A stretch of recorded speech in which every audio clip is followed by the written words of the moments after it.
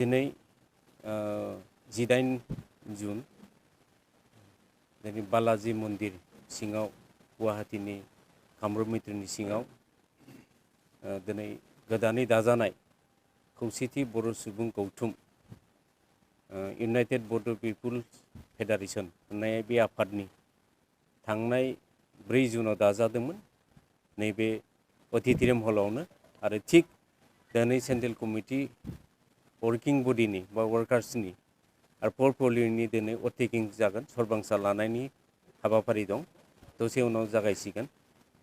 बिनि थाखाय जोङो लाहार फाहार खालामदों आरो बिटिसिनि बायजोआव थानाय जा खौसेथि बर' सुबुं आफाद आरो बिथांमोननि जा हाबाफारि बिथांमोनखौ नोजोर होनानै जोङो जाहाथे खौसेथि बर' सुबुं आफादनि अनगायै गुबुन मोनसे आफाद जोनोम होदों बर' कसारी वेलफेयार अट'नमास काउन्सिलखौ मोजाङै दिथा लाखिनो आरो जौगाथाय लाबोनायाव जाहाथे समानै मोनथायखौ जाहाथे मोनो मोनफ्रोमबो जिल्लाया गासैबो बर' माहारिया जोंनि गांनाय उखैनाय गासैबो जेंनाखौ जाहाथे सुफुंजोबनो हायो बे मोनसे प्रेसाराइज ग्रुप हिसाबै जोङो बे खौसेथि बर' सुबुं गौथुमखौ दानाय जादों आरो दिनै सरबांसा लानायनि हाबाफारिसिम जोङो 14 डिस्ट्रिक्टनिफ्राय फैदों बाहागो लाफैदों आरो माखासे बिथांमोना फैगासिनो दं जिहेतु बयबो नोंथांमोना मिथिगौ अखा हानाय बोथोर गायनाय फुनाय बोथोर बिथांमोना माखासे फैनो हायाखै अब्लाबो आसा खालामदों बिथांमोना जोंजों लाइनाव दङ गासैबो फैजोबगोन आरो दैदेनगिरिखौ जोङो समानै बिथांमोननोबो होगोन जों आसा खालामदों 500निफ्राय 600 बे रोखोम